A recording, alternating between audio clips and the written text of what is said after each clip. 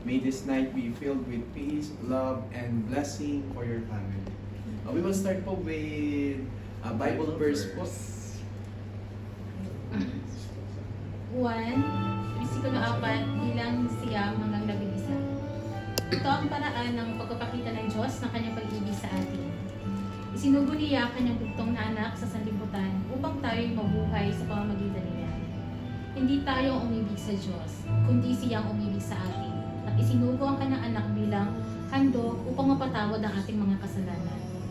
Mga minamahal, kung gayon ay dapat din tayong mag-ibig sa isa't isa. Sapagkat ang pag-ibig ay mula sa Diyos, at ang sino mang umiibig ay isinilang ng Diyos at nakakakilala sa Diyos. Ang hindi umiibig ay hindi nakakakilala sa Diyos, sapagkat ang Diyos ay pag-ibig. Dito nagpakita ang Diyos ng pag-ibig ng Diyos sa atin. Hindi tayo iniibig ng Diyos dahil tayo'y mabuti, kundi sapagkat siya mismo ang nagpakita ng kanyang pag-ibig sa pamamagitan ng pagpapadala ng kanyang anak bilang handog para sa ating mga kasalanan.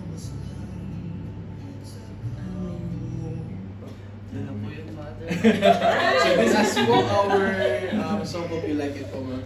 Okay. Ready na po kayo? Ready na? Sama ko kayo pag-alam.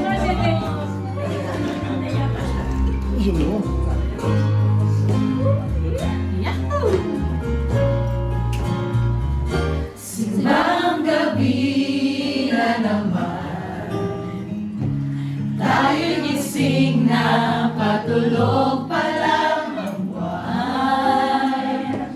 Simoy ng hangin, dahan-dahan na umahaplos sa mukha ng bawat tao.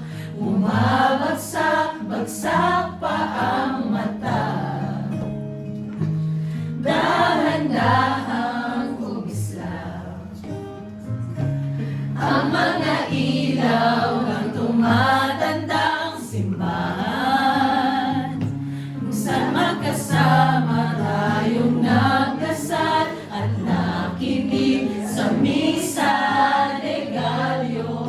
Pagdating ng ama namin, ang oras huminto na makahawa.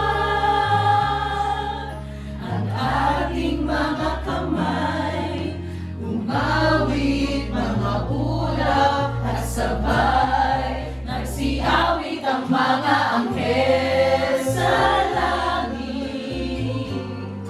At ang unang gabi ng Pasko'y sumapit. Kay ganda ng harana ng tinig na sumasabay sa ihip ng hangin. Ang sabi nila, sabi nila, sabi nila. Thank you Thank you so so much. Merry Christmas! Papunta na po tayo sa isang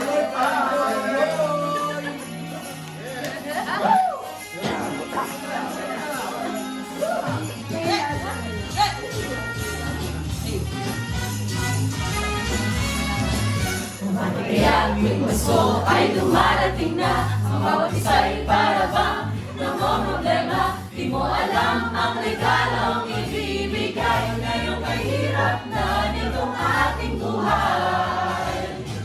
Meron pa kayang caroling at Noche Buena, kung tayo naman ay kapos at wala ng pera. Nakakaliya kung muling pagtaguan mo ang iyong mga inaanak sa araw ng Pasko. Ngunit kahit anong mangyari, ang pag-ibig sana'y maghari. Sapat ng si Jesus ang kasama mo, tuloy na tuloy pa rin ang Pasko. Buti pa nga ang Pasko noong isang taon, sa aking hapag mayroong keso, ligol at hamon. Baka sa gipit, Happy New Year mapopospon, at ang hamon ay mauuwi sa bagoong. Ngunit kahit anong mangyari, ang pag-ibig sana'y maghari. Sapat lang si Jesus ang kasama mo, tuloy na tuloy pa rin ang Pasko. Merry Christmas! New Year's!